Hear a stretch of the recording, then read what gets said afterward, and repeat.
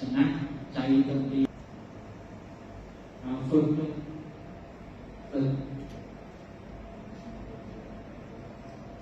ก่อนจะลงก็ต้องผ่านการลุกก่อนจะคงก็ต้องผ่านการทื่อก่อนจะเก่งก็ต้องผ่านการฝึกปรือก่อนจะมีชื่อก็ต้องผ่านการฝึกตนมีไม่ได้รับก็ไร้ผลคุณไม่ได้อบรมก็ไร้ปัญญา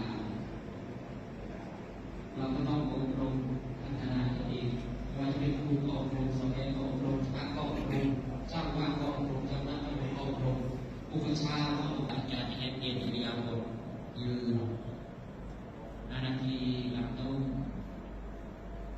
นิ่งได้ยินเสียงแอร์ได้ยินน้องได้ยินน้องจะได้อานิสงส์จริงๆช้างกระดิ่งหูและมีได้อานิสงส์เยอะกว่าการให้ทานเลยสมเด็จเราพ่อของสามณะอย่าไปดูถูกงูอย่าไปดูถูกไฟอย่าไปดูถูกกษัตริย์อย่าดูถูกสามเณรว่าอายุยังน้อยสามเณร5 รูปเป็นสามเณรมาพระอินทร์ก็ลงมาเลขาเป็นพระเอก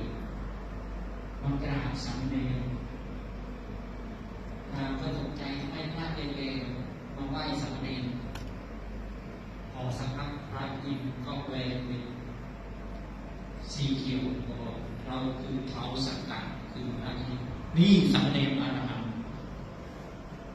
สามเณรได้ชั้นพัฒนา